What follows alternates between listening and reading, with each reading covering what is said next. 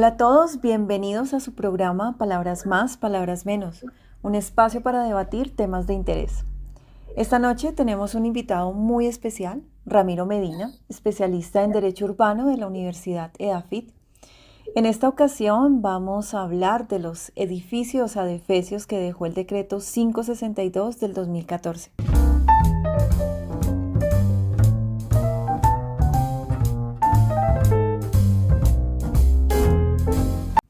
Ramiro, bienvenido. Gracias, Sonia, a ti por tu invitación y a toda la radio escucha a esta hora en nuestro país. Muchas gracias. Ramiro, con respecto a este decreto que ha ocasionado tanto ruido en los medios, ¿cuál es tu postura? Sonia, déjame decirte que mi postura es en contra.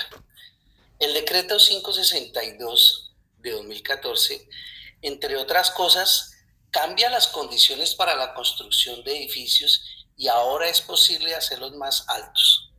Para algunos puede ser algo maravilloso, pero no están viendo que esto será un caos realmente fatal para la ciudad. Sin embargo, para entender por qué hay que ir más allá del aspecto del desarrollo que pueden dar los edificios altos, incluso hay que mirar mucho más allá de la plata que ganarán algunos gracias a este nuevo decreto. En ese orden de ideas, enfatizando en mi postura respecto al tema objeto de este análisis, la consecuencia será que Bogotá va a recibir buena plata y poco espacio público por las construcciones que posibilitó el decreto 562. Dado que otros países se han visto inmersos en estos factores, es posible que en Colombia también. Ramiro, lo que acabas de decir es una falacia de atinencia. Así es, Sonia. Ahora bien, hay una cosa que se llama el sistema de cargas y beneficios. La idea de fondo es que si el distrito va a tomar decisiones que afecten a los propietarios, también debe encontrar la manera de cómo compensarlos y viceversa. Si alguien sale favorecido, debe compensar a la ciudad. Entonces, el nuevo decreto ganan plata propietarios, constructores, y también recibe plata Bogotá. Esto a simple vista es maravilloso, Sonia. Es más, la plata del distrito no es para enriquecerse, es para hacer obras públicas y mejoramiento integral de barrios informales, algo que la ciudad verdaderamente necesita. Lo primero que debemos tener claro es que el decreto 562 amplía dramáticamente las zonas de renovación urbana de Bogotá, es decir, permite que más sectores de la ciudad se construyan, buscando que se aproveche mejor el espacio que ya está siendo utilizado. Concretamente, pretende densificar 7.000 hectáreas de Bogotá.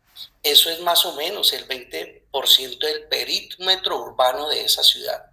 Si analizamos las construcciones que se hagan en esas 7.000 hectáreas, serán proyectos de reactivación y no de desarrollo, lo que significa básicamente que las cosas que son bienes públicos, aquellos que deben garantizar el distrito para uso de todos, como parques, vías, redes eléctricas, acueducto y alcantarillado, no serán modificadas en principio.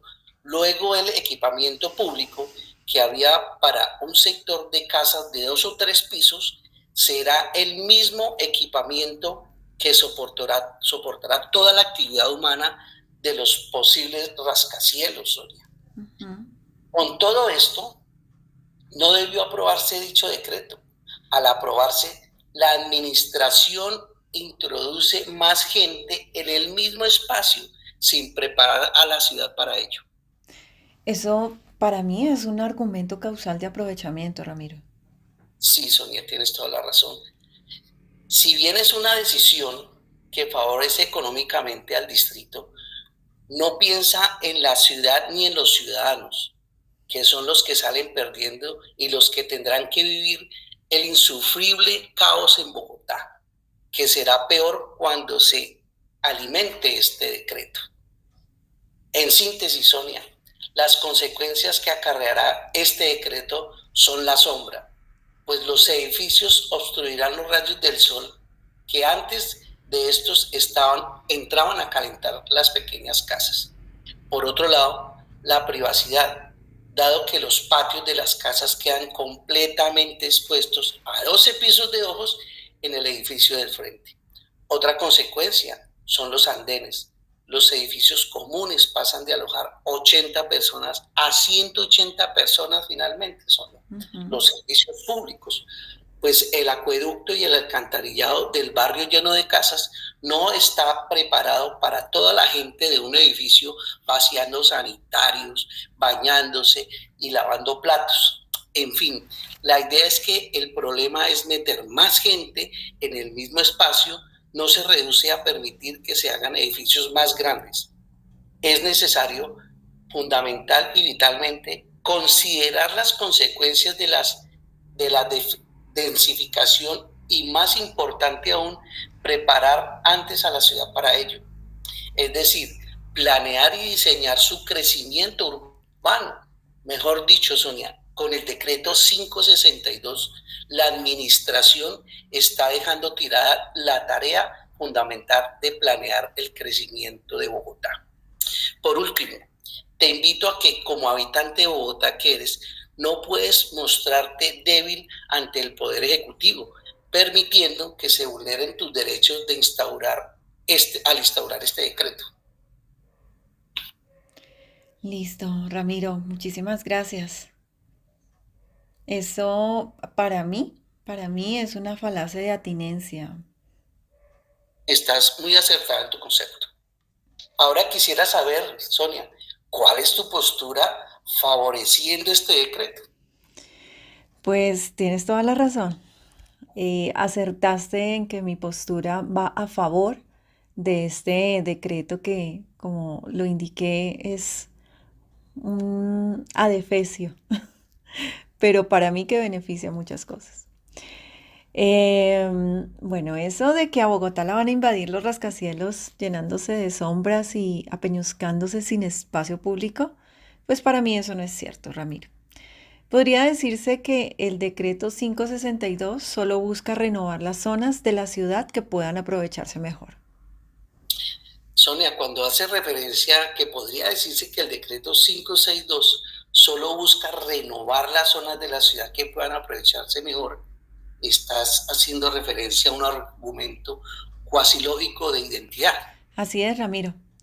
Y pues para tener una idea más clara de cómo funciona, pues empecemos con una realidad que vale la pena resaltar.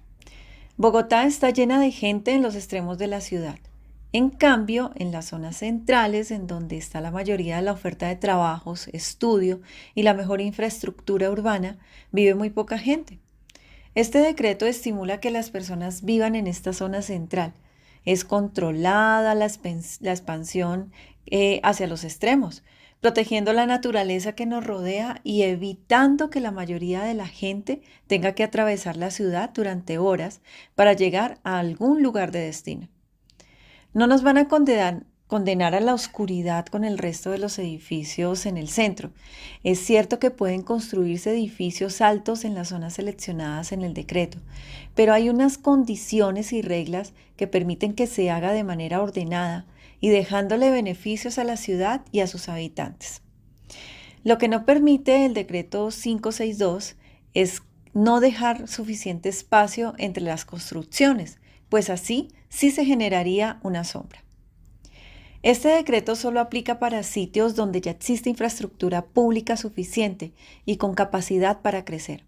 Pero además, entre más altura tiene un proyecto, más tiene que ceder el dueño del suelo en recursos para vías, acueducto, alcantarillado, espacios públicos, centros de salud, colegios y todo lo necesario para una ciudad mejor.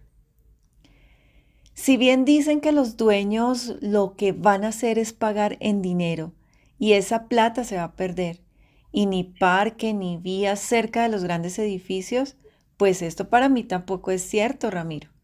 Solo los proyectos pequeños pueden pagar en dinero o con suelo en otra parte de la ciudad. Los edificios grandes que tengan que ceder más de 2.000 metros cuadrados y que están obligados a dejarlos en el mismo sitio donde se construye. Ahora bien, Ramiro, con la plata que pagan los edificios pequeños, el gobierno distrital la invierte en las obras en las que hace falta espacio público en infraestructura urbana. Y por otro lado, eso de que van a colapsar las redes de acueducto y alcantarillado porque ya no van a dar abasto para tanta gente, ay, por Dios, pues eso tampoco es cierto. Solo se incorporarán a las áreas de renovación donde hay estudios técnicos que demuestran que las redes de servicios todavía tienen suficientes capacidades para crecer. Y las empresas de servicios pues estarán monitoreando esa capacidad para ampliar la infraestructura de manera oportuna. Antes de este decreto, pues Bogotá crecía de forma desequilibrada en sitios donde no tenía capacidad para hacerlo y lejos de la oferta de trabajo, estudios y servicios sociales, ocasionándole grandes costos a la ciudad. Además, los dueños del suelo no estaban obligados a pagarle nada a la ciudad y tampoco aportarles, pues no existían regulaciones para dejar suficiente espacio y la luz entre las edificaciones. Además, Ramiro, el decreto debe ser aceptado porque la mayoría de los habitantes de Bogotá lo acepta. Sonia, esta última afirmación que dices, que el decreto debe ser aceptado porque la mayoría de los habitantes de Bogotá lo aceptan, es una falacia de ambigüedad ad populum. Claro que sí, porque invita a asumir que es algo cierto, dado que la mayoría lo cree. Y en suma, para poder crecer en altura, hay que pegar muchos lotes por los aislamientos y las sesiones que se deben hacer. Esto promueve proyectos asociativos entre varios propietarios para intervenir áreas más grandes y con buena planificación para los proyectos más grandes. Pues yo pienso que se debe hacer un plan parcial. Y eso es un proyecto en el que el interesado en renovar una zona tiene que presentarle a la Secretaría de Planeación los estudios y planes de tránsito, espacio público, redes de servicios públicos, manejo ambiental, conservación del patrimonio cultural y de gestión social con la comunidad que vive en la zona, Ramiro. Sonia, déjame decirte que esta última intervención, el argumento causal de superación tuyo, es muy acertado. Así es, por eso mi postura va a favor de este decreto. Ramiro, gracias. A ti, Sonia, por tu invitación y a las personas que nos están escuchando a esta hora en nuestra Colombia. Ojalá puedan orientarse de una u otra manera y puedan también tener su propia posición, bien sea en contra o a favor de este decreto 562 del 2014. Muchas gracias. A ti, Ramiro. Bueno, pues muchas gracias a todos los que nos escucharon esta noche y vamos a tener otra sesión con otro invitado especial en donde vamos a hablar temas de interés. Un abrazo para todos y feliz noche.